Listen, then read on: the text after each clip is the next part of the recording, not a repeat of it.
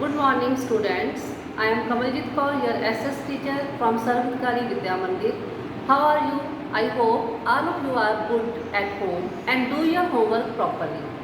As you know, we have taught lesson 2 of Civics class 10. इस page पर हमने जो इस प्रीवियस वीडियो में मैंने आपको ये बताया था कि इंडिया को फेडरल कंट्री बनाने के लिए क्या क्या प्रोविजंस उसमें इंडियन कॉन्स्टिट्यूशन में की हुई है। As you know, there are 4 types of list on which separate governments make legislation. वो अलग अलग टाइप की जो गवर्नमेंट्स है उस पर कानून बनाती है। फॉर एग्जांपल यूनियन लिस्ट, इस लिस्ट में सिर्फ सेंट्रल लेवल की गवर्नमेंट ही लेजिस्लेशन का काम करती है।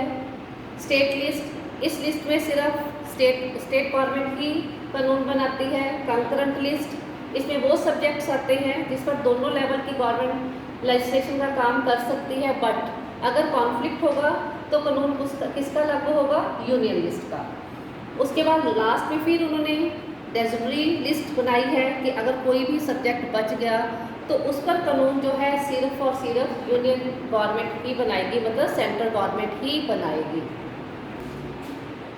Students, we noted about that most federation जो होल्डिंग टुगेदर फेडरेशंस होती हैं, मतलब जिन कंट्रीज़ में holding together type of federation होता है वहाँ पर कॉन्स्टिट्यूट यूनिट्स को अनइक्वल पावर मिली होती है।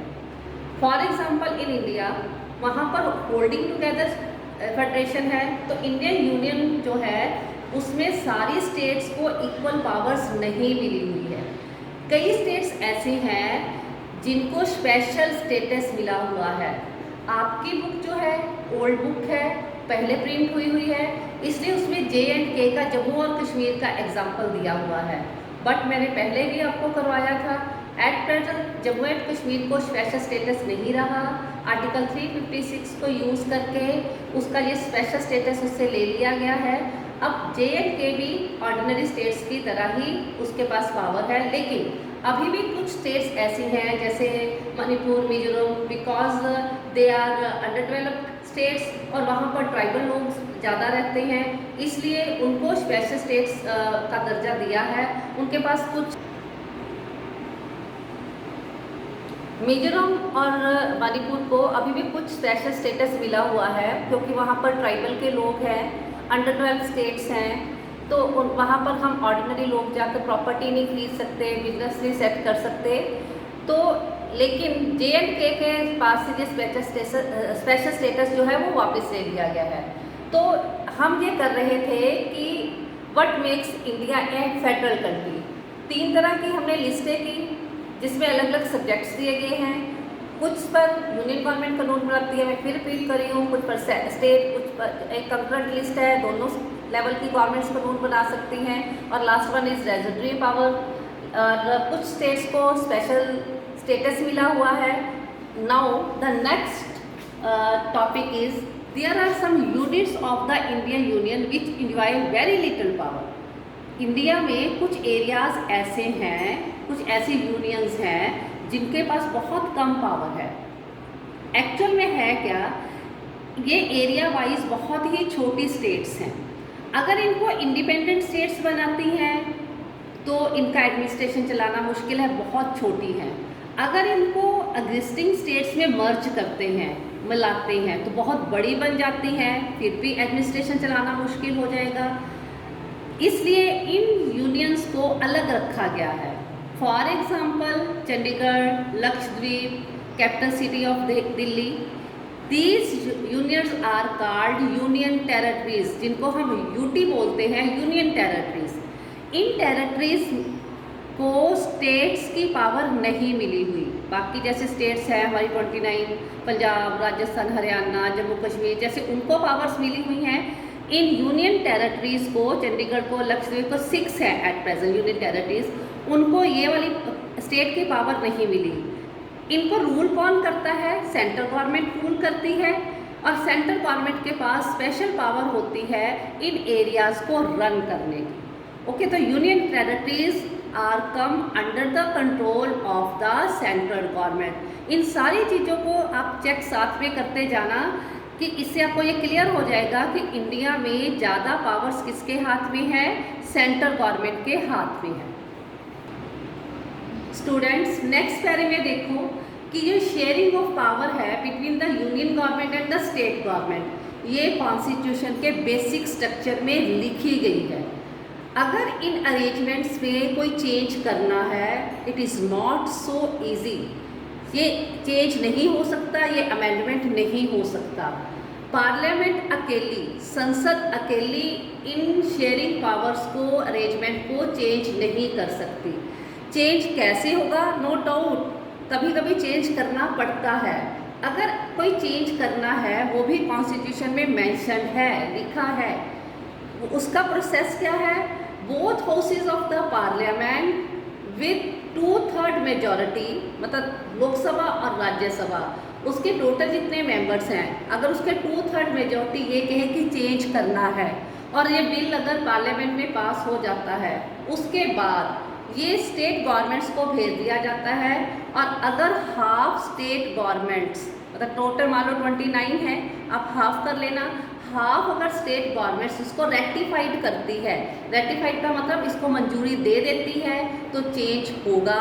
अदरवाइज जो पावर शेयरिंग अरेंजमेंट है between the union government and the state government is not changed, मतलब ये यूनिलिटरली चेंज नहीं होगा, ये बायलिटरली चेंज होगा।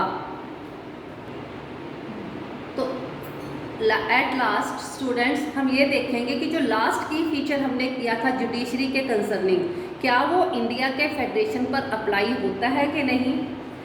The judiciary plays an important role in overseeing the implementation of constitutional provisions. Means judiciary का सबसे main role होता है ये देखने के लिए कि क्या जो कॉन्स्टिट्यूशन में मेंशन है वो इंडिया के फेडरेशन के ऊपर पूरा इम्प्लीमेंट हो रहा है, लागू हो रहा है कि नहीं हो रहा। अगर कोई दोनों गवर्नमेंट्स में कोई डिस्प्यूट होता है between the central government and the state government, अगर कोई डिस्प्यूट होता है पावर के कंसर्निंग, तो वो जो केस है पहले हाई कोर्ट के पास जाएगा, वहाँ से वो सुप्रीम कोर्ट के पास जाएगा।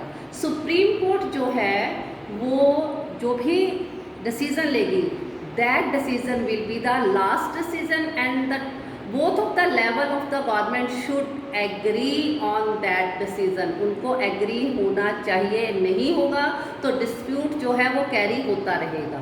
एंड द लास्ट जो हमने टैक्सेशन का किया था, यूनियन गवर्नमेंट और स्टेट गवर्नमेंट के पास अपनी पावर है कि दोनों अपने अपने लेवल के ऊपर टैक्सेस को रेज कर सकती हैं, लेवी कर सकती है, लगा सकती हैं, ताकि उन्होंने जो भी काम करना है, जो फाइनेंशियल एड उनको चाहिए, पैसे की मदद चाहिए, उनके पास जो जो एरियाज़ हैं यहाँ पर वो अपने जो टैक्स लगा सकती है वो इंडिपेंडेंट है। That is also written in the constitution. तो स्टूडेंट्स आप इसको इस वे से भी क्लियर कर सकते हो कि एट प्रेजेंट कोविड-19 चल रहा है, तो सेंट्रल गवर्नमेंट को भी इस लड़ाई को लड़ने के लिए फाइनेंशियल रिसोर्सेज की ज़रूरत है। तो कुछ पर जो टैक्स जो है सेंट्रल गवर्नमेंट लगा रही है। अब पंजाब गवर्नमेंट का एग्जांपल आपने देखा होगा कि वाइन की शॉप्स खोल दी गई हैं, ठेके खोल दिए गए हैं, क्योंकि एक्साइज ड्यूटी ज़्यादा है, उनको गवर्नमेंट को इसी से मिलती है। नो डाउट शराब पीना अच्छी चीज़ नहीं है, लेकिन गवर्नमेंट को टैक्स मिलता है। तो पंजाब में जितने इसके शॉप्स होगी, जितनी ये सेल होगी, वो सारा जो एक्साइज ड्यूटी किसको जाएगी? स्टेट गवर्नमेंट को जाएगी। और स्टेट गवर्नमेंट जो है इस पैसे को कोविड-19 से लड़ने के लिए या अदर इकोनॉमिक एक्टिविटीज़ के लिए यूज़ कर सकती है। तो ये वो फीचर्स थे जो हमने चेक किए हैं कि इंडिया में वो अप्लाई होते हैं कि नहीं। और आपने नोट किया होगा सारे की features they are apply on the India. तो हम इस दावे के साथ कह सकते हैं India is a federal country. तो स्टूडेंट्स आज की वीडियो में इतना ही। आप पेज नंबर मैंने मेंशन किए हैं, पेज नंबर 17 to 19 के बीच में ये वाले टॉपिक्स हैं। आप एनसीईआरटी को रीड करना, साथ में ये वीडियो देखना, और I will send some PDFs in which some questions are written. Try to write those questions in your notebook and also try to learn that questions. Okay, stay safe, stay home.